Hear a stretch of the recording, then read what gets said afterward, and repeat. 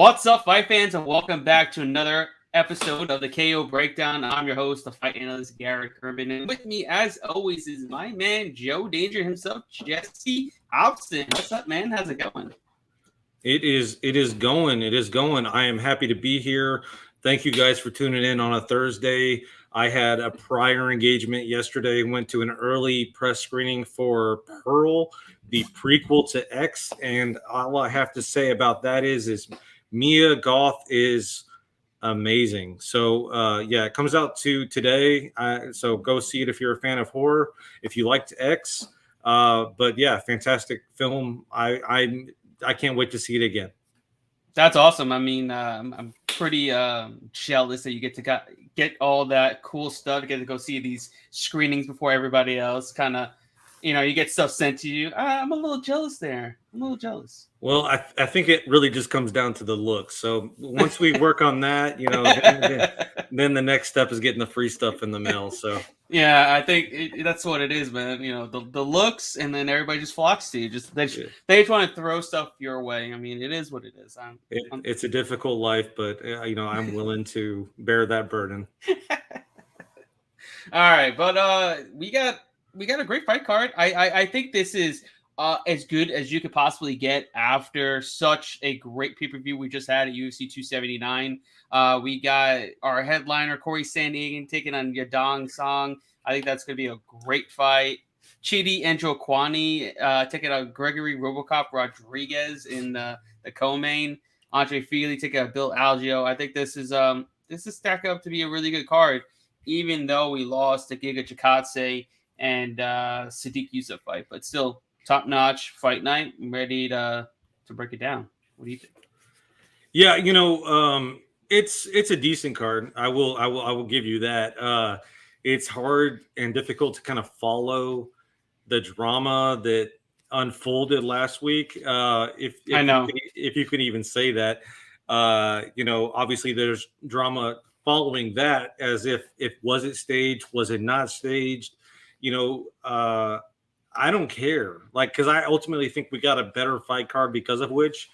And let's look forward, not behind. We got a decent card behind us. We got a decent card in front of us, and it really just goes from there. So I mean, I'm not sure which is even the correct order of fights, because I've seen contradicting reports. So I mean, I'll pass it over to you, and you can just introduce me to the first fight on the card. If I go to UFC.com, right? Because I'm looking at Topology at the moment. UFC.com has the very first fight at... Okay, what's a load? It's Nicholas Mota against Cameron Van Camp, which is what Topology has. So I think Topology has the most up-to-date lineup from what I've seen. Yeah, and that's where I broke down initially. We got the Nicholas Mota, the Cameron Van Camp. Initially I wanted to side with Van Camp just because of the odds and his size. But the more I dug into it, and the more footage I watched, honestly, the more I'm going to have to side with Mota here. Van Camp is extremely chinny, and Mota is pretty precise. He connects. He's a complete package, if you will, and I just don't see him not winning this. The thing is a lot of people are undersized when compared to Van Camp. That's really what it comes down to. And while Mota is giving up a lot of size, I think he gets inside and finds Van Camp's chin pretty quickly. I don't see this going longer than 2 rounds, maybe under 1.5. And especially after the beating that Van Camp had recently, I'm not sure a lot of people can come back from that. Yeah, I honestly, Van Camp probably wouldn't be in the UFC if he didn't take on such a short notice opportunity against somebody that most people would never want to take a short notice fight against. And then look what happened. He got knocked out in the first round pretty savagely. I think that was against Andre Fiallo, I believe, was the guy that ended him in the first round. It was. Yeah. I remember that fight. I remember betting on that fight. I remember saying it was going to be an easy round 1 knockout. Sure as shit it was. And I feel like a lot of people writing off Nicholas Mota. I mean, because he got knocked out by Jim Miller. Obviously, not a great look. And mind you, he was losing that fight up until that point. But Miller, you got to think, Miller is an absolute veteran. I mean, what would Miller do to Van Camp, though? I mean, granted, huge size difference, but I still think Miller would be able to go in there, take him down, probably submit him, do anything. I mean, Miller is way better than Van Camp. And then, I think a lot of people are just writing him off just from that loss. But the thing is, with Mota, he's always come back better after a loss. He's been finished before, come back and won. So that's why I kind of like him. He's gone through adversity, he comes back, he learns from his mistakes, and gets better. And here, I expect it to be very aggressive. I really do. I expect it to be very aggressive straight out the gate. He wants to get this win back, and I feel like he gets an early knockout. I mean, if you have Mota by knockout plus 130, the under 2.5 rounds, minus 180 to minus 150. Fight doesn't go the distance, minus 220, minus 175, even up to minus 300. So everybody has this fight going under, and I'm going to side with Mota. I think he gets it done. Yeah, honestly, before we move on, I think it's just difficult to side with Van Camp versus anybody. We talked about it before, and there's other fights on this card where we are just kind of making room for Tuesday night contenders, and I think that this might be one of those fights.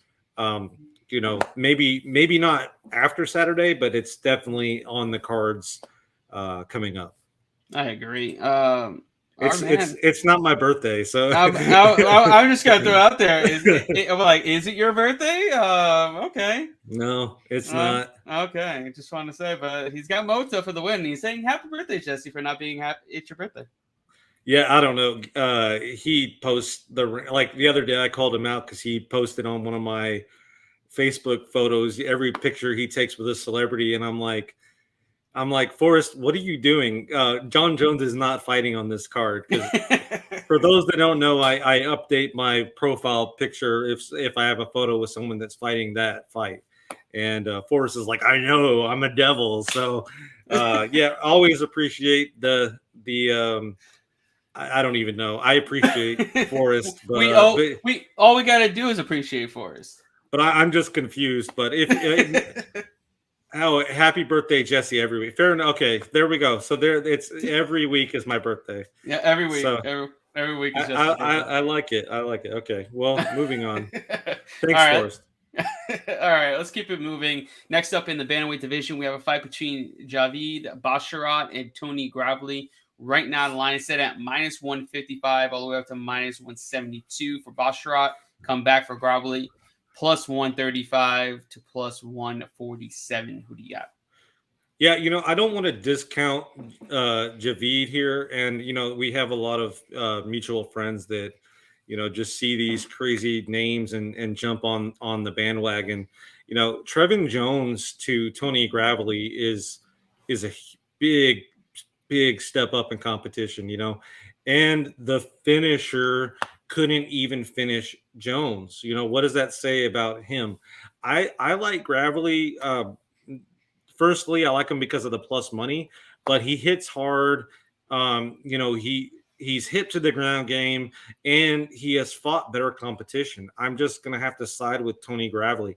Also, I think that we're going to see the scorecards here. I think that this will be a tough competitive fight.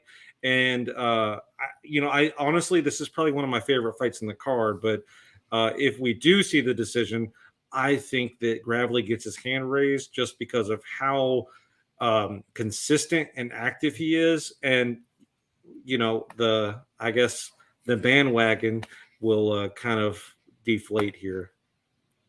I mean, I know Basharat's got this high ceiling. He's 12-0. He's a really good striker. He's got good submission game, but he has not been tested yet by anybody. Yes, his best opponent was Trevin Jones. Arguably, maybe it's equal to the best win of Gravely's career. But I mean, we got a dude that's been fighting the best in the regional scene. That's already now elite bantamweight competition in other organizations. And then Basharat has fought nobody even remotely on the same level. And if you look at the murderous row of competitors that Gravely has faced, Basharat would have had numerous losses by now. You think this guy is going to beat Patchy Mix, and I can't remember everybody else, but all the other high level opponents that he's faced before coming into the UFC? No, he wouldn't. I mean, he's fought elite grapplers. Tony Gravely is an elite grappler himself. Basharat has not faced anybody with the grappling accolades that Gravely has. So I'm taking Gravely here. I like the plus money. He's got the experience edge. He's gotten better on the feet, as we've seen. A short little right uppercut put Munoz to sleep fairly quickly. Almost put Manis to sleep. If he just walked away, that fight was over. And then we wouldn't even be having this fight. Gravely would already be probably top 15 by now if he just walked away from the Manis fight. He just walked away. Didn't punch him. Just punched him, walked away. And then the fight would have been over. Because he was completely out. And then punching him again, just let him hold on to him for 10 more seconds. But yeah, Gravely's going to show that he's legitimate. He should only be fighting ranked opposition now. Moving forward, he should not be fighting anybody below him. And I believe Basharat right now is below him. He's got a high ceiling. He's super tough. I do think he's got the advantage on the feet, but I don't think he's going to finish him on the feet. If he doesn't finish Gravely, Gravity's going to be able to take him down, control him, get some ground and pound, and, rinse to repeat. He's done it before. He went against a guy that was, a guillotine heavy attack. Every single time he went and took him down, he jumped on his neck. He was able to defend those 20 submission attempts. And I do believe he's going to be able to defend any type of submission attempts off the back of Basharat. So, yeah, I'm taking Gravely here. More roll-rounded. Plus money. Yep. That's what we get. I just think Basharat is just like sexier. Like Gravely is not like a sexy style, and I think that that's kind of what is behind the decision of fading him. But I, like you said, I think he just has more tools. Like I mean, don't get me wrong, it is very possible that he does get starched, but I just think it's at plus money though. Like it just, I would risk it. Yeah. I mean, I think it's just out of principle for me. Yeah. You got a guy that's 12-0, has fought nobody, against a guy that's got 30 fights. He's got almost 3 times the amount of experience against high-level competition. A guy that's fought for a belt in Bellator, no less, and is still fighting for the belt in Bellator. And then and then now he's gonna go against that guy. I mean, I don't know. Yeah. What it is. Yes, Forrest. They're brothers. Now that's another siblings in the UFC. Farid and Javid Basharat. Both trained together. Both are now in the UFC. And that's like kind of maybe what's really driving the line. His brother just fought. His brother just won. He looked good in his debut against Trevin Jones. But Gravely, like we said, he's fought tough competition. I think he's 6-2 or in the UFC or something like that. I mean, he's got a good record. His only losses are to Nate Manis, who is tough in his own right, and Brett Johns, who's doing work over in Bellator. So, I like Brett Johns. I do too. I think Brett Johns would definitely beat the brakes off of Basharat for sure. Yeah, and mind you, that fight was 1-1 going into the third. Yeah, well, and he took it on short notice. So, but anyways, let's keep it moving. Next fight up is in the welterweight division between Daniel Zellhoger and Trey Ogden. I think it's welterweight. Or is it lightweight? No, sorry, lightweight. Lightweight division between Trey Ogden and Daniel Zellhoger. Actually, no, that's off. My bad. Wait. I got the women's flyweight next. Yeah. Is that right? Okay. Yeah, you're right. My bad, everybody. Let's jump to that fight. I wasn't sure. Like it's all some. You never know. They might change it on Friday. Well, maybe we'll get a scuffle between Eric Gaparapova or whatever and Tony Gravely. I think it's Maria Agapova. Yeah, whatever. Agapova. It's like It's a tennis player's name. It's not a fighter's name. That's true. All right. So flyweight division, we got a fight between Maria Agapova, Yeah. and Jillian Robertson. Right now, Robertson is a slight favorite at minus, where the fuck is it? Minus 140, and come back on Agapova plus 120. Who do you got? You know, for a while there, Jillian was like a cash cow, but Yeah, I know. And I love reminiscing about those wins, but I feel like those days are long gone. You know, I'd still argue though that she is a sub or bust, but and the line does reflect that. Some of her grappling losses are quite telling too, though. So she just doesn't seem like she's really evolving, because if she doesn't get that sub, she's just kind of stuck. And you can go back and watch any tape that she doesn't get the sub. She just basically sits there and like hopes that the round is over. What are you going to do if you're losing? You know, you can't just like sit and just wait for the fight to be over. That's weird. You know, Agapova, on the other hand, is big, strong, but she gets tired and has really poor IQ. I'll probably go with Agapova here, put her in the DK lineup, and hope for a KO. But I'm probably not going to bet this shit. I just don't have faith in either one of these fighters, and I like them both. Let me just get that out there. But I just, based on the line, and based on how many times Robertson has let me down recently, I just have to side with Agapova here by KO. Yeah, I actually agree with that. I definitely don't. Well, first and foremost, I can't trust either one of these fighters with my money because they burned me numerous times. Agapova as a minus 900 favorite against Gina Dawson, and then Robertson against everybody in her last 4 fights.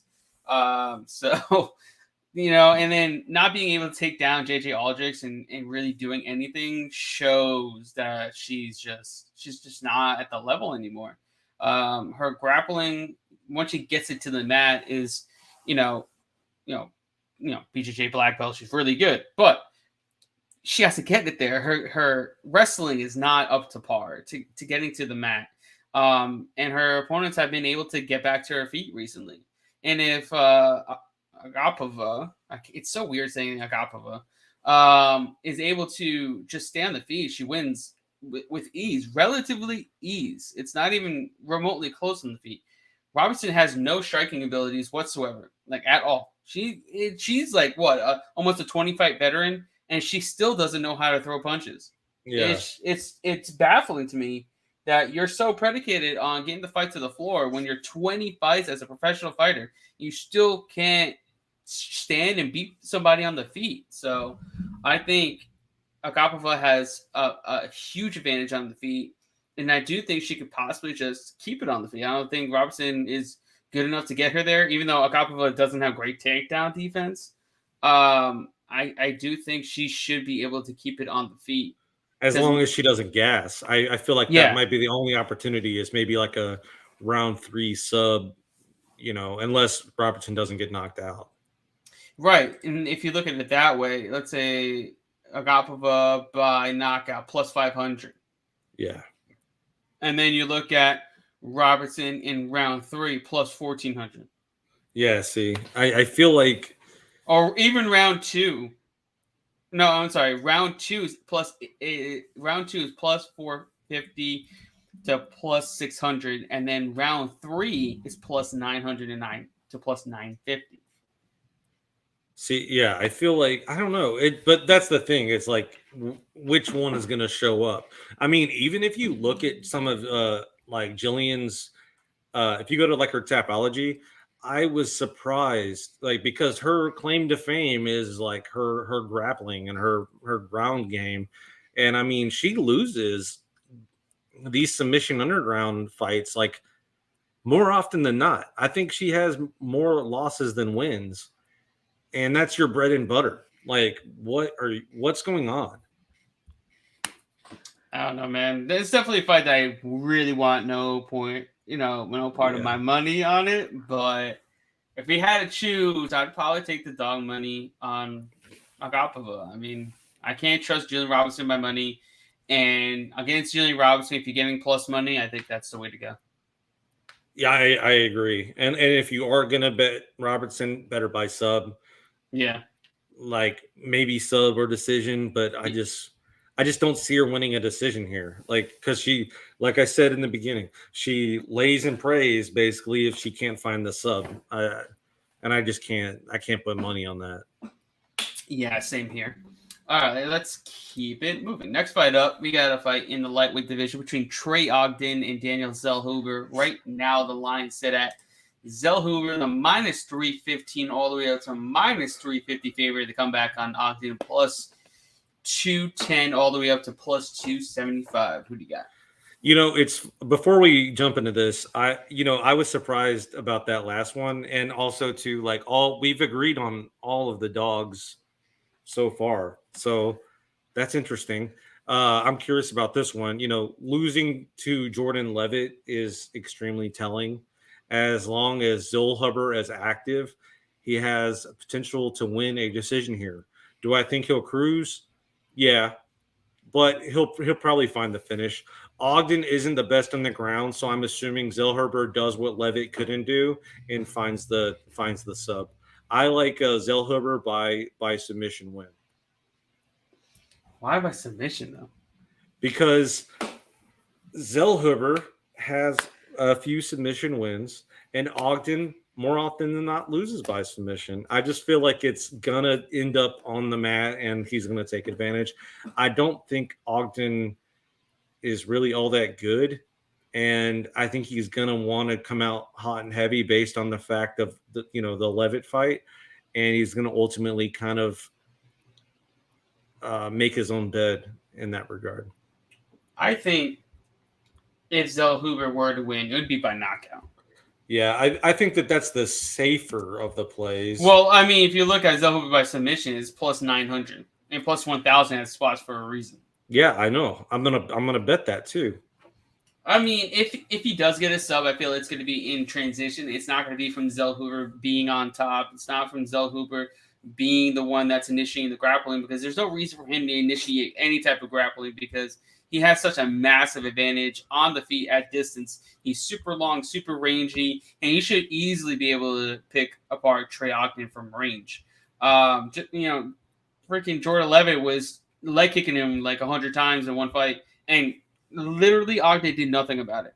He didn't counter on anything. He didn't throw anything back. He just let him slap him in the leg and win rounds and win minutes. It was just the most mind-boggling thing I've ever watched. But and he just showed that I guess he's not UFC caliber yet, or may not be at all. But Zellhoger, he's definitely at the higher ceiling. He's definitely the much better boxer and striker on the feet. As long as he can defend takedowns, he should definitely win this fight and absolutely cruise to a decision win or a knockout. I mean, I just can't see Ogden getting this win. I mean, I like the guy, and but he showed that there's many flaws in his game, and unless he's gotten better on the time off, which I don't believe he's gotten that much better. I don't expect this fight to go any different, and have Zellhoger getting the win. I think also too.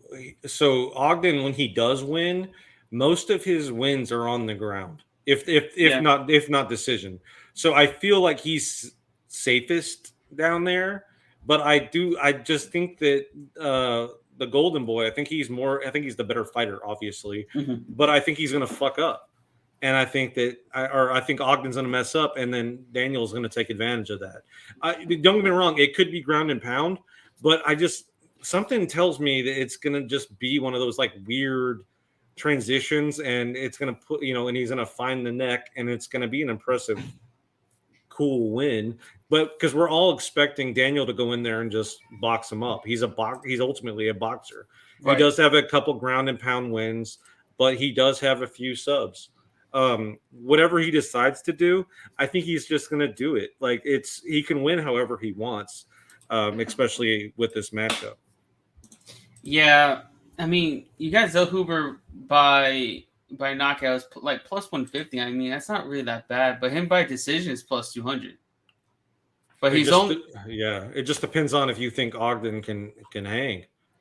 I know that's the issue. I Yeah. mean, and you look at the dude. I mean, he went toe to toe with Lucas Almeida. Took some heavy shots in round one, weathered the early storm, and fucked Almeida up in rounds 2 and 3. That was impressive as shit. So I don't, we've never seen Ogden go through adversity like that. Dude's been gone through adversity. So I think he could possibly get him out of there. I mean, granted, um, Trey Ogden has never been finished by strikes, only by submission. So I guess we'll see what happens. But ultimately, Zellhoger gets the dub and looks impressive doing so. All right, next fight up, we got a fight in the women's strawweight division between Loma Lukbunmi and Denise Gomez. Right now, Lukbunmi is a minus 205 favorite, all the way up to minus 235, and the comeback on Gomes is plus 175, all the way up to plus 185. Who do you got? Gomes looked decent enough on Dana White's Contender Series, but I'm not sure if she is Loma good, especially after fighting a 15-minute war and then taking this on short notice, I'm assuming. Loma knows what to do here. Fight and kick at range. The decision victory will be secured. Hard to bet at these odds, but I do like Loma here. I like her by decision. I just feel like she's faced the better competition. She's fought these types of fights before, and it's going to be just another day in the park for her. Man, I don't know, because I don't like the line. Let's put it that way. And when it comes to Loma, she's much more technically sound than Gomes will ever be. I think she's the much better striker. But the problem lies is Gomes will be pushing the pace. Gomes will be the one coming forward. Gomes will be the one that's throwing more. So just by doing that, she can definitely win a close decision. That's true. In her Contender Series, she threw upwards of 17 strikes per minute in that fight. She landed 6.87 strikes per minute in that fight, and she only absorbed 68%. Not saying that she's not going to absorb a lot of strikes from Loma, because she definitely will, because Loma's the better striker. But Loma doesn't throw a ton of volume. She's landing at 56% clip, but she's only landing 4.41 per minute. That means she's throwing about 9 to 10 at the most, and that is not a lot. And I feel like Gomes is going to be the one that's going to be landing the heavier shots, because Gomes is more of a headhunter, whereas Loma is more of a kicker.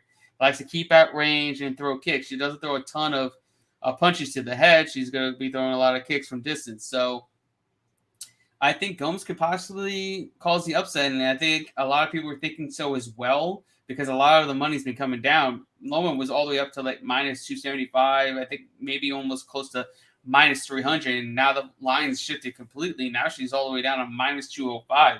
I think people are seeing there is value on Gomes here. I don't, it's not something I suggest going out and throwing a ton of money on, but I feel like there could be an upset just based on the volume and how Gomes is always going to be in her face, always going to be throwing. And unless Loma really puts her down, it's going to be a lot closer than the line suggests. Yeah, I can't disagree with that. And then also, too, Gomes just has the appearance of being bigger. Oh, she's definitely bigger. I mean, yeah. Well, not by just like the inches, but I mean, like you could tell that she's the bigger girl. You know what I mean? Well, bigger girl. Yeah. I think that also plays, whether we want to believe it or not, that definitely plays into the judges' scorecards as well. It just looks more devastating when a larger person, lands. And if you got them yelling in the corner, I mean, I think that played into her Contender Series fight too, because she did not win all 3 rounds. No, I think that first round was iffy. I'm not saying she won, but I'm not saying she definitely 100% lost. I thought she personally lost that round, but I wouldn't be like, okay, whatever. But rounds 2 and 3 were all her all day, every day. So at least that's all that matters there. Yeah, I agree. Yeah, I think you have a case here. Like, I think that this is very like, who's the better fighter? Loma. Loma. But who, like, styles make fights. I think that there's good reason to bet the dog on this one. So Yeah, awesome. I just wish we could like if it somehow shifts back to Loma a little bit and some money comes in late on Loma, just as people just throwing in her in the parlays because she's going against an unproven contender series, UFC debut fighter, and we get Gomes at plus 200. I probably have to stab. Yeah. Well, initially when I bet, or when I said, when I broke this down initially, I looked at this and Loma was minus 300, and I was like, there is no way I'm touching that. But I wish I would have talked to you sooner, because then I would have probably placed that bet.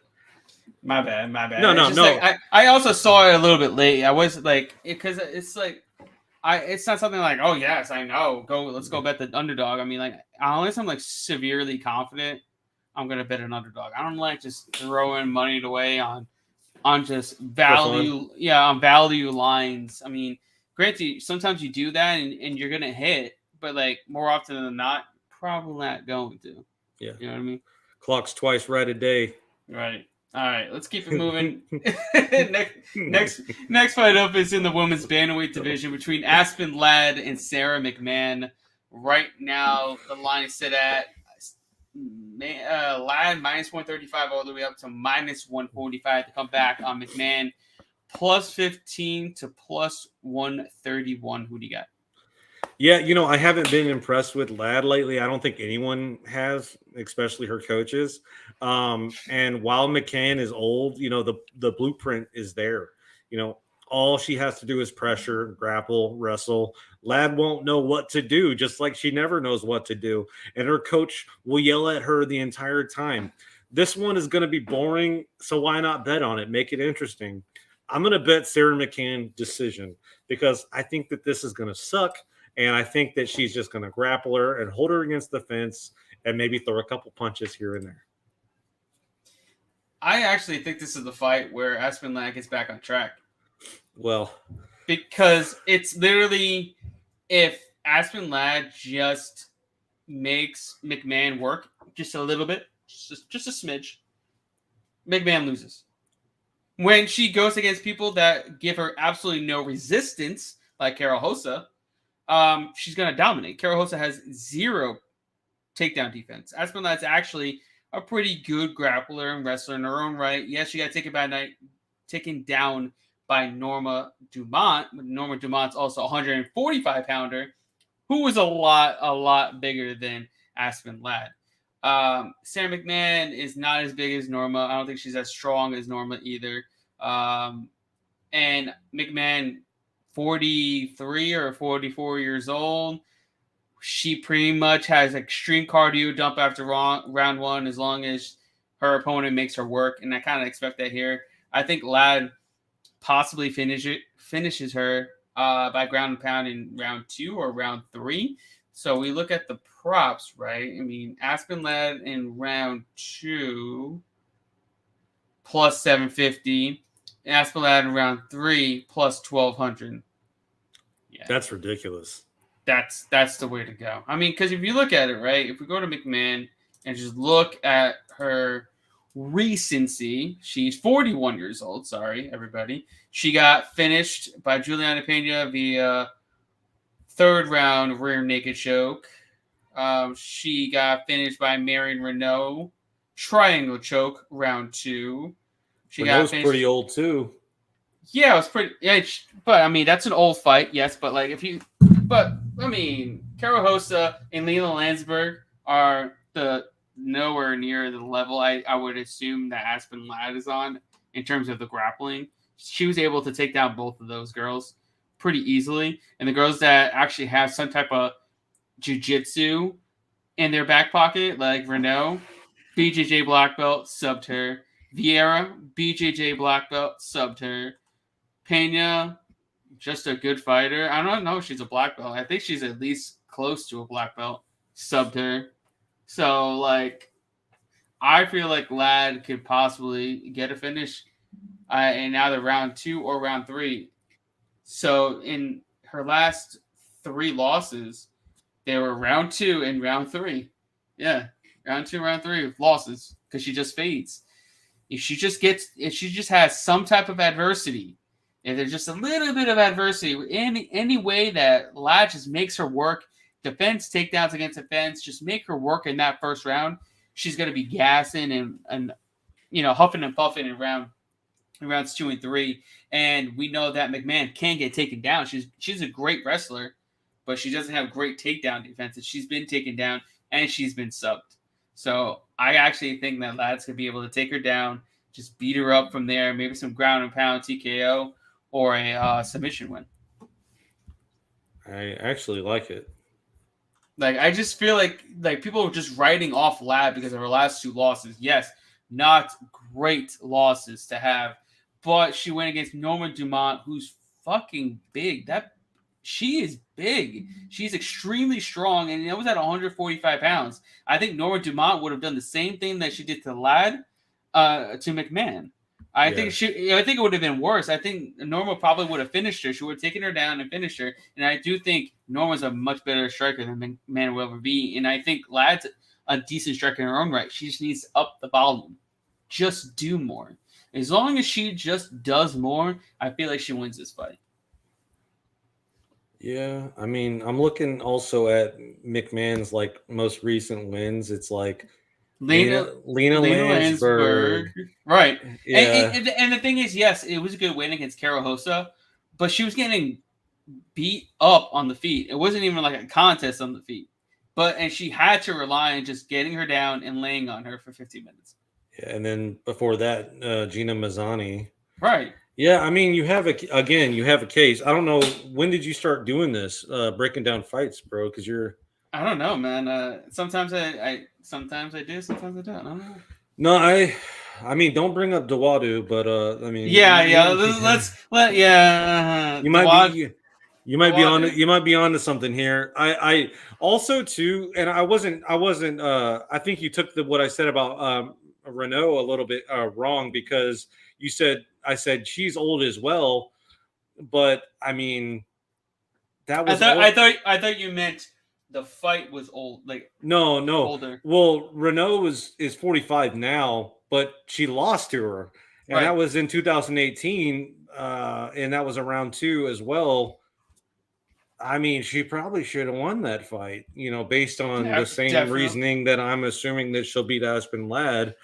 Yeah, I have a little bit to think about. I like the round 2 and the round 3.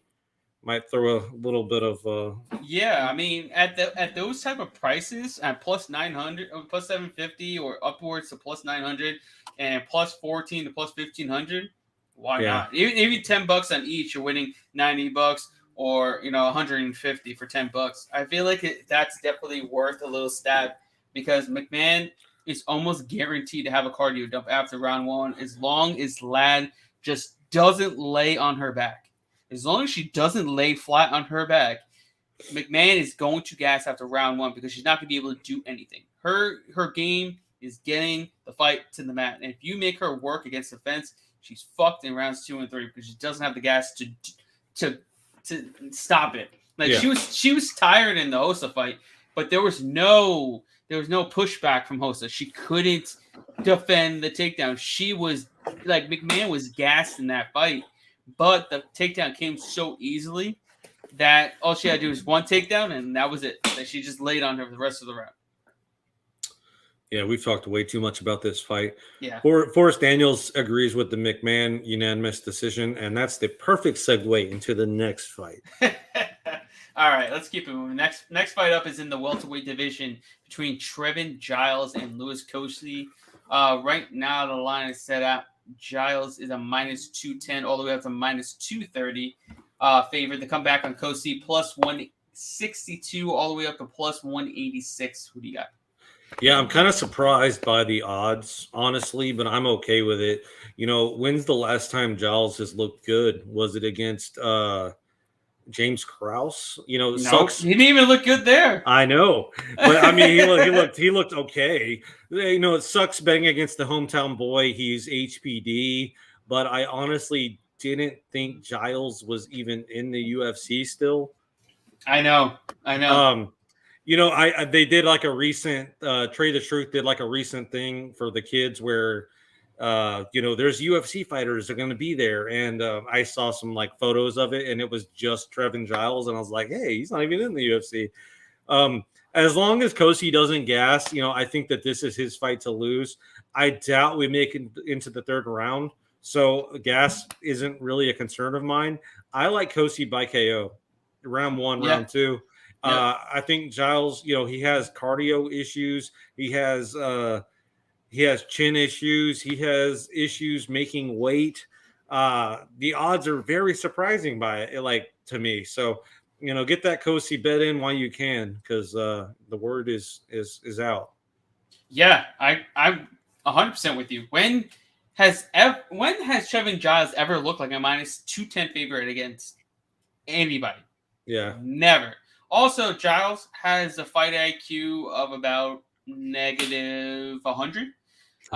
You're talking about a guy that goes in there and willingly attempts to take Jeremy Mearshart down in a fight. For what reason, I will never understand. He has a distinct advantage on the feet. He goes and takes down Jeremy Mearshart and gets subbed. I'm like, okay, well, that's interesting. And then there's fights that he arguably lost, like James Krause on 24 hours notice, up a weight class. I mean, that is ridiculous. Well, he wanted to, he's a Houston guy. He wanted to fight in Houston.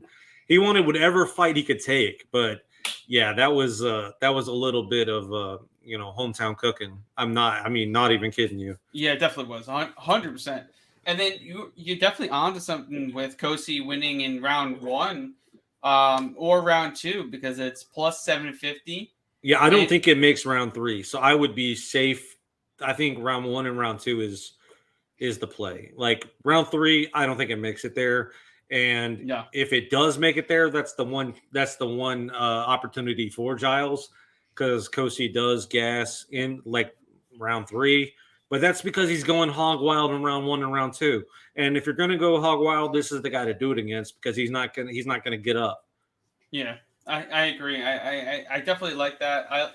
I even just like taking him plus 180. Yeah, me too. I think that's even good as it is. I think we're getting good money there, plus 180. Yeah, man. I mean, I feel like it's got to be a bet. It's got to be a bet to make. I think there's a lot of live dogs here, and Kosi's definitely one of them. Agreed. That was easy. Easy peasy. Lemon squeezy. All right. Moving on. Our next fight up is in the men's featherweight division between Damon Jackson and Pat Sabatini. Right now, the line is set at minus 175 all the way to minus 215 for Sabatini. The comeback on Jackson plus 150 to plus 164. Who you got? Pat Sabatini. Pat Sabatini is an all-around stud, and as long as he doesn't get tired from beating this man, Damon Jackson. That's my issue. Yep, that's the issue. Mirsad Bektic all over again. Yep, I think he wins in decisive fashion. I think that Sabatini is smart enough to control himself. I would hope. Jackson, though, obviously he is. Yeah, that fight you mentioned, Jackson's extremely durable, and I because of which I'm liking Sabatini by decision. I think that he is going to decimate this man for 2 rounds, or maybe 1 round, and then take round 2 off, and then come back in round 3 hard. I think he's hip to the game. He knows that Jackson hangs, and Jackson's worth a stab, but I just think Sabatini is that guy. Yeah, I know. I'm just a little bit worried about his gas tank, because I was not fairly impressed with him against TJ Laramie. He should have just walked through TJ Laramie. He should have been able to finish TJ Laramie, and Laramie gave him a great fight. Yeah. He was able to, weather some of the storms. He landed some really good shots. Sabatini was definitely fading as the fight was going on. And the thing about Jackson is he goes hard. Will you tell your dog to be quiet? I know my dog's being a piece of shit right now. Okay, guys. His name must be Aaron. No, it's actually Black. His name's actually Blackie. Don't be mad at me. It's but yeah. Yeah. But anyways, moving on. Jackson's just a dog, though. You know what I mean? He hangs in there. He's gonna make Sabatini work, especially in scrambles on the mat. And he could potentially, finish him late. I mean, Jackson late in the fight, right? By round 3, plus 2,200. Yeah, that's stupid. That is crazy. Plus 2,500. The point though is don't put Sabatini in your parlay because Jackson is a dog. Like Jackson is a dog, like a literal dog. Maybe that's why your dog is barking. Maybe that's why. But Blackie knows what's up. And yeah, he's like, yo, Jackson is my dog. Yeah. But that's the thing. You got a stud versus a dog, and it really just depends on who shows up in round 3. Yeah, I know. That's my only drawback. Pat Sabatini, I'm a big fan of his. I've been a big fan of his for quite some time. So we'll see what happens. It's just like a fight I kind of want to watch. But man, that round 3 stab. Yep. That round 3 stab is that's something you could just play fight ends in round 3, and then you could just still enjoy the fight. Wait a second, fight ends in round 3. Plus 1,400. I mean, it's still money. Plus 2,200. Right? Yeah, plus 2,200. Yeah. Is it that if it's a dog fight like we're thinking? I mean, it could go either way. All right, let's keep moving. Our featured fight. Wait, no, this is our first fight up. This is our first fight on the main card. Our first fight on the main card is a fight in the middleweight division between Anthony Fluffy Hernandez and Marc-Andre Barriault. Right now, the line is set at minus 175 to minus 195 on Hernandez. Come back on Barriault plus 145 to plus 165. What do you got? Hernandez continues to be overvalued. I think this one goes to the scorecards. I think Barriault gets his hand raised due to pressure and constantly stalking this man. Don't get me wrong. Fluffy could knock him out. But I think Barriault, whatever the hell his name is, has more than enough tools to secure the win. Also, plus money. So let's go straight up with this one. Marc-Andre Barriault for the win. Plus money. After this win, it's going to be a long time coming until you see this man at plus money. Yeah, I'm definitely taking MAB all over Hernandez, especially now that it's plus money. I don't know what it is, but I've never been sold on Hernandez and his game. He looked good in his last fight. He looked good in the fight before that as well. But it took I think pretty much both of his fighters to really fade in the fight in order for him to really get a win. He predicated on his grappling. I think Barriault will be able to keep this fight on the feet, where I do think he has a distinct advantage. Like you say, he's going to come forward. He's going to put the pace, put the pressure on him, and throw some heavy shots. I do think Hernandez isn't as good on the feet, and he's going to have to get this fight to the mat and keep it there and get the submission if he wants to win. So I'm taking dog money on Marc-Andre Barriault as well. I think I got him earlier in the week at plus 155, I believe. But yeah, I'm taking MAB to the bank and cash it out. Yeah, I like Hernandez too. So don't get me wrong. But once Holland knocked him out, I've kind of just had this bad taste in my mouth. That could happen any fight. So anyway. I agree. All right, next fight up in the heavyweight division, we have a fight between Tanner Bozer and Rodrigo Nacimento. Right now, the line is set at minus 165 all the way up to minus 200 for Bozer, and the comeback on Nacimento plus 140 to plus 154. Who do you got? Forrest, get your notepad ready because here's the notes of the show. I will open with Rodrigo Nacimento made Dontel Mays look decent. Tanner, that's all you need to know. Tanner Bozer fights for your money. Tanner Bozer will fight anyone. Yep. And Tanner Bozer knocks out Rodrigo Nacimento. He knocks him out. Probably, I would probably say maybe second round. Tanner Bozer is the play. The dude, he's a fighter. Like, he is a fighter through and through. Talk to him on Twitter. He's not here to play around anymore. He has been kind of ups and downs, but this fight was tailor-made for him to showcase that he's better than Dontel Mays. Absolutely. 110%. Bozer is going to fuck up Nacimento on the feet for sure. Nacimento doesn't have anything for him on the feet. So it pretty much comes down to Nacimento getting this fight to the floor. I don't think Nacimento is the greatest offensive wrestler to get it to the mat. I mean, he's only successful on 40% of his takedowns. He's only averaging 1.71 per fight, pretty much. He couldn't take down Alain Baudot somehow. Yeah. I mean, he went 0 for 3 against Alain Baudot. That's not good.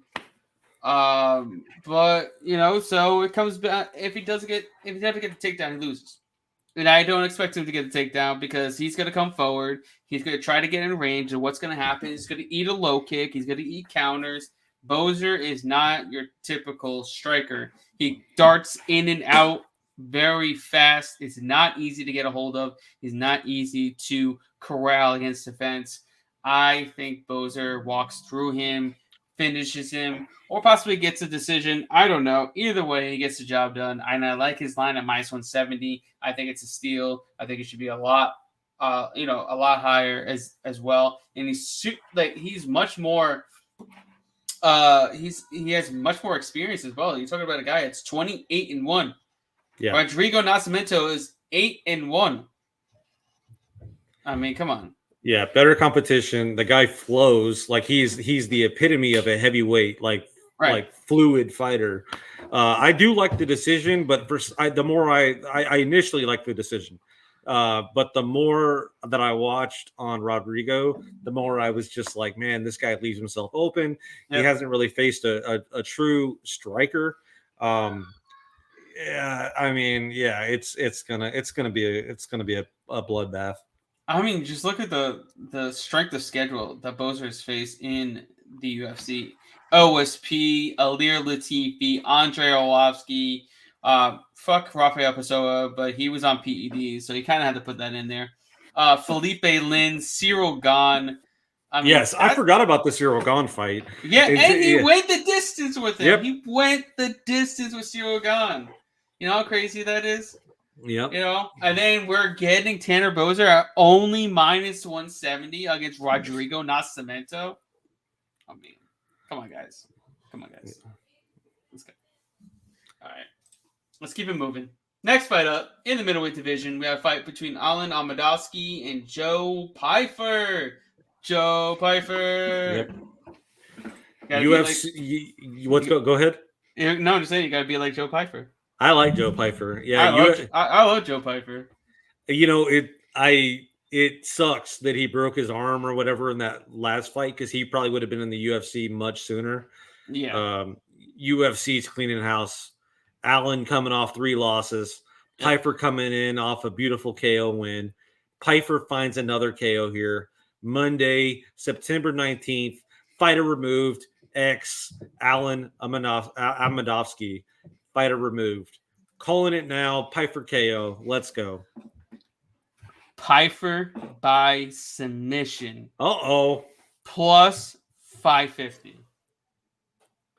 See, I think I like the KO just because I feel like I don't think that he's even going to need to take this guy to the ground, man. I think he wants to show that he's more than just a knockout artist. And plus, why give Omidowski even remotely any ounce of a chance of winning the fight by staying on the feet? Because that's where Omidowski's, his bread and butter is. He's just landing one shot and he could change the entire landscape.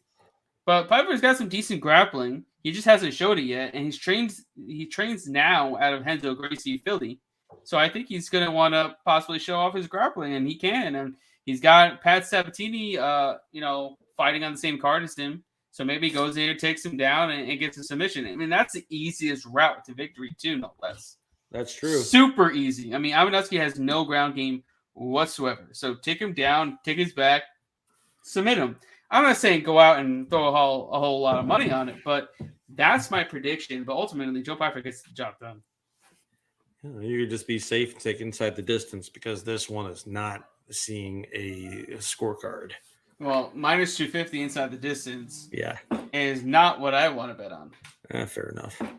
Moving on, our next fight up is in the men's featherweight division between Andre Fili and Bill Algio. Right now, Fili is a minus 120 to minus 135 favorite in the comeback, and Algio plus 100 all the way up to plus 110. What do you got?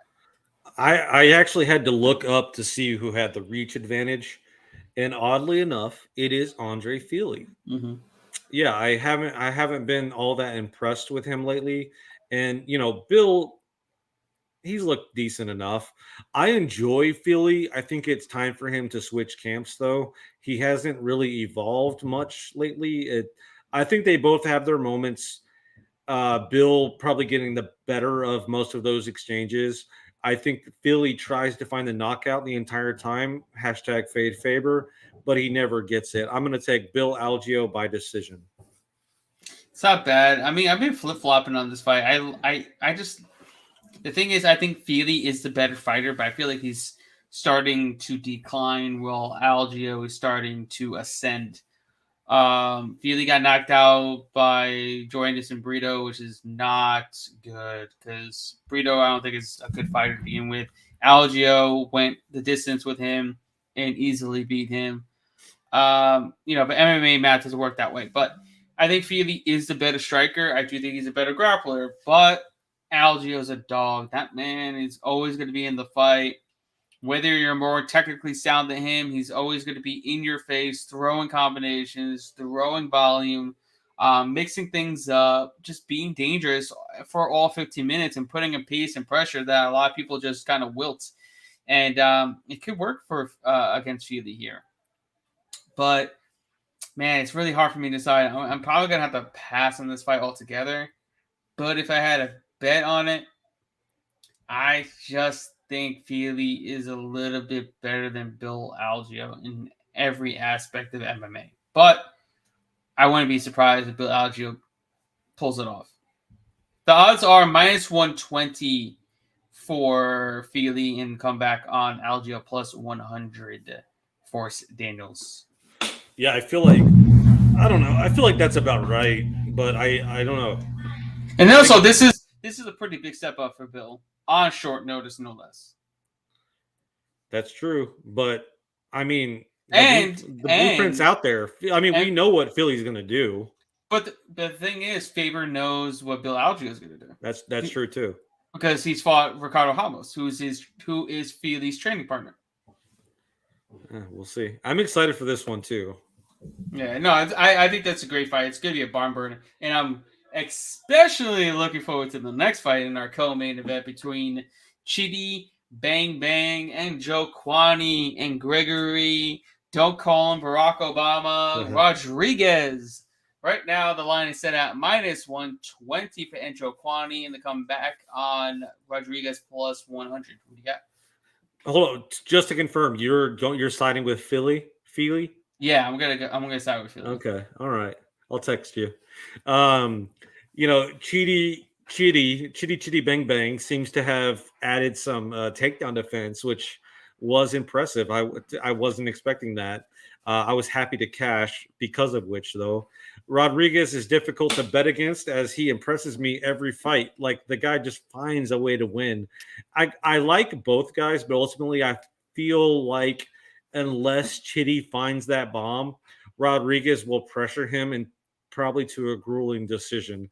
I think Chidi will probably get frustrated and ultimately just look to survive the 15 minutes. I think that Rodriguez is the better of the two fighters, but it's just such a – I went back and forth on this one multiple times. I had this written up for Chidi. I had it written up for Rodriguez. I think what it really is going to come down to is who who brings the other one into the firefight and who wins that firefight. My heart is telling me Chitty is going to win that firefight, but my brain is telling me that Rodriguez is going to win and then evade and just continue to do that. And I think that that's why I'm siding with Rodriguez, probably by decision. We'll see. I don't know. I'm very curious to hear what you have to say. I think Rodriguez is going to have a pretty hard time fighting this fight on the feet at distance. Njokuani's got an 80-inch reach. He's huge. He's precise. He's nasty at range. He's definitely the better striker of the two. He's got just as much power as Rodriguez does. I mean, from every limb.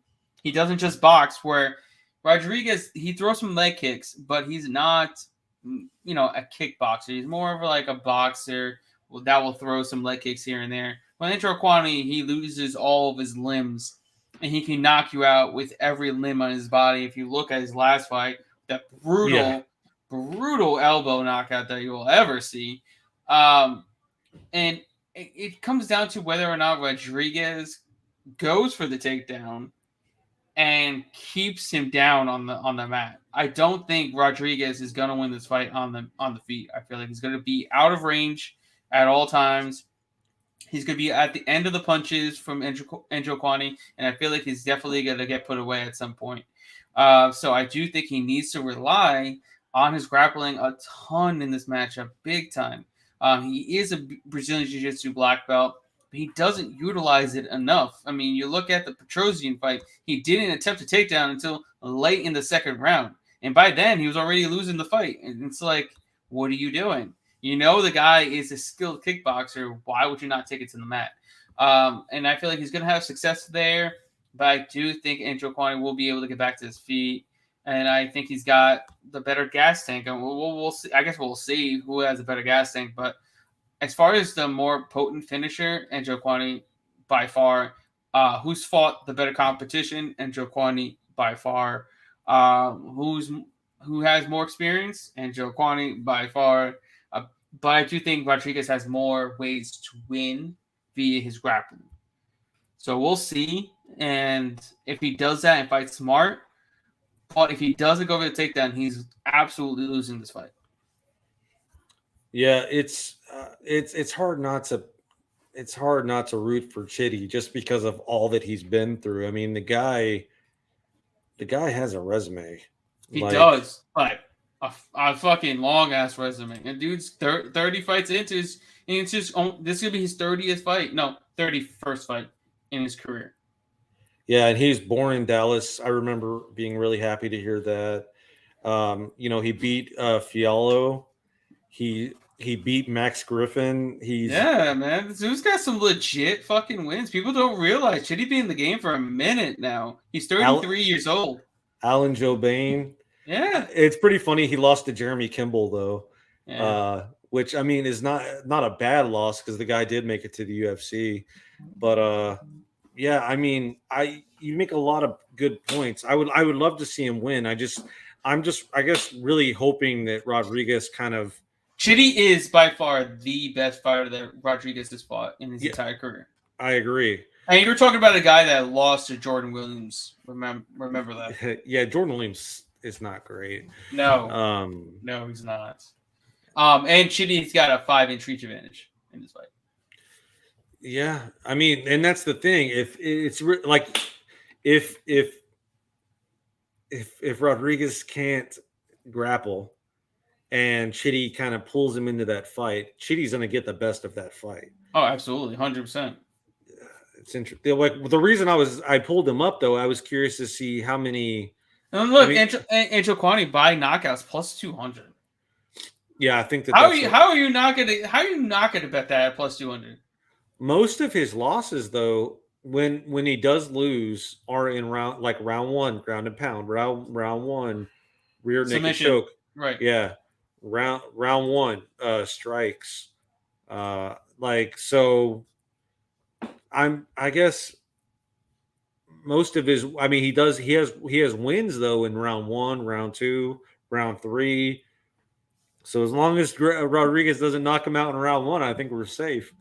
I'm telling you, man. I'm starting to like. I'm really contemplating a 2-1 shot on Encho Kwani by knockout. I mean, plus 200. I think that's a steal. If you're betting shitty, bet him that way. Like, why would you bet him any other way? I mean, and for him to win by decision is plus 400. Yeah, that's weird. Because he's not getting a sub. At least I wouldn't. And him by submission is plus 1,200. Yeah, that's not happening. So it's like it's crazy to me that his KO point is plus 200. Yeah, I think that might be an error. Where Rodriguez likes to stand and bang. So if he likes to stand and bang and decides he's going to, he's going to give him a shot to get that knockout. He's got numerous knockouts. I mean, how many knockouts does he have on his career? I mean, he's coming off 4 straight knockouts. Yep. Round 1, round 3, round 2. He's got 14 of his 22 wins are by knockout. Yeah, he just found his rhythm, it seems like, man. Like it's impressive, dude. The guy turned himself around. He knocked out Andre Fiallo in 21 seconds. Yeah, well, Fiallo definitely had his moments recently, but I mean, he beat Van Camp, Bieza. I mean, looking back, some of these wins aren't really all that impressive. Yeah, no. It was more impressive how quickly he was doing them. Right. Like back to back in round 1. Yeah. If anything, that Jake Matthews fucking win is that's crazy. Yeah. Anyway, let's move it. I'm let's excited now. Yeah, I'm ready to go on this main event here in the bantamweight division between Cory Sandhagen and Yadong Song. I'm definitely looking forward to this. I think it's gonna be an absolute barn burner from start to finish. Right now the line is set at minus 190 all the way up to minus 215 for Cory Sandhagen to come back on Yadong Song. Plus 155 all the way up to plus 165. Who do you got? Yeah, I feel like the line should be a tad closer, as I do think that this one does go the distance. I think Sandhagen is the better of the two, as he does have more tools. But with the judges in the picture, I wouldn't fault anyone for taking Yadong based on the odds. Also, the decision prop is insane. Me, though, I'm still leaning Sandhagen, and I'm hoping he learned from his decision loss. More volume, more damage equals more wins. I like Sandhagen. Even looking back, I still would pick him over in the TJ Dillashaw fight. The guy just gets it done. He's a stud, and I'm probably going to be betting him straight up and in a couple parlays too. Yeah, I'm definitely taking Cory Sandhagen in this fight. If you look at it, he's fought the better competition. He has 25 minutes of experience. He arguably beat TJ Dillashaw, who's now fighting for the title. This is a massive step up in competition for Song. Song has notoriously slowed down after round 2 in every one of his fights. Every single fight in round 3, I'm pretty sure he's lost almost every round 3 that he's seen thus far in the UFC, because he comes out guns blazing in the first 2 rounds, tries to get the knockout. And I don't expect him to do that against Cory Sandhagen. And Sandhagen definitely should be able to take over as the fight progresses more and more and more. I like Sandhagen to get the job done here. And then if you look at Song, right, there has been so much controversy surrounding his wins. He essentially could be 2-4 in his last 6 fights. Yep. Yeah, I thought about that too, because he hasn't really. I like him. He's good, right? He's a good fighter, but he's a headhunter. Like right. he wants that, and it's the hashtag Faber. Like he's just a little. I don't want to say better. He's just a taller John Lineker. Yes, I like Lineker too. But he's just a taller John Lineker. He's a headhunter, a guy that throws heavy hooks to the body, to the head, and coming to stalk you down. But it's going to be extremely hard for him to be able to just corral Sandhagen for 25 minutes and land one big shot that's going to put him away. I just don't see it. And then, like I said, other than the Marlon Moraes and the Julio Arce fight, Casey Kenny arguably could have beaten him. He lost to Kyler Phillips. He arguably lost to Marlon Vera. He arguably lost to Cody Stamen. I mean, that's 2-4 in your last 6 fights, and then now you're fighting one of the best fighters in the entire division. I just think it's too big of a step up in competition too early for him, because you're going from the number 10 ranked guy to the number 4. Yeah, Cory Sandhagen should get a nice win, get back on track, and get right back into the swing of things and trying to get to his title shot. And all of those guys you listed, like if they did a rematch, I would bet on those guys because chances are they'd be the underdog. Right. And I still feel like they have more tools. Like it's like these guys that go and train with Faber, they look for that Tyson punch, like the load up. And I mean, don't get me wrong, it works. It gets you a title belt, Cody Garbrandt. But I mean, obviously you don't really hang on to the title that long. Right. That's a good point. You know, we are in the Apex, smaller octagon, but I just feel like Sandhagen is that much more elusive. Like he knows he's fought in the Apex before. He's been there, done that. I mean, he went 25 minutes with TJ Dillashaw in the Apex. So I mean, I feel like it's a no-brainer in my opinion. Yeah. Which I lost a lot of money that weekend. But we don't talk about that weekend. Yeah. I lost a shit ton of money that weekend. Yeah. Let's keep that in the back. Let's keep that in the back of our minds. Let's keep it moving. But yeah, that's UFC Vegas 60 on tap this weekend, Saturday, 4 p.m. Eastern Standard Time on ESPN Plus. I'm looking forward to a headline by Cory Sandhagen and Yadong Sung. But before we go, my man Jesse, where can everybody find you? And wait, we gotta go. PrizePicks. Head over to PrizePicks.com. Use promo code PropsLive. Make some money betting on some over-unders on some fights. NFL is back. Make some money on NFL. I love the prop bets. Prop bets are so much fun. Keeps you, glued to your screen, wanting to watch. And I think we got some really good prop bets for this weekend for UFC. So go check it out. Go sign up now. Use promo code PropsLive. 100% deposit up to $100. Get money this weekend. My man Jesse, where can everybody find you? Everyone can find me hanging out at Garrett's house. I will be. I have a bag packed. I'm going to be headed that way.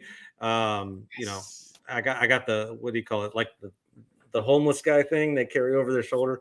But in all seriousness, go to the movies. If you aren't going to be watching the fights this weekend, go see some movies. There's some really good horror films in theaters right now. Barbarian, fantastic film. And then, like we talked about at the top of the hour, we had Pearl, came out actually today. That was also fantastic. I'm going to be covering Fantastic Fest remotely. I have a bunch of screeners that I am going to be covering. So go hit me up on Twitter, Joe_Danger, Cinedump.com, and I will keep you guys in the loop because I got the scoop. Because I don't take a poop. I'm always watching the movies, and I'm always getting groovy with your boy, Garrett Kerman. All right. I like that send-off. I really do. Guys, we need you to go to Props HQ on YouTube, like this video, and subscribe to the YouTube channel. Also, go like and follow Playmaker and Props HQ on all social platforms. We're doing big things over there. We got a lot of big things in the works. And yeah, we'll see you next time. I do think we have a week off next week, but we'll be right back at it the week following, and we will see you then. We are out of here. You guys have a great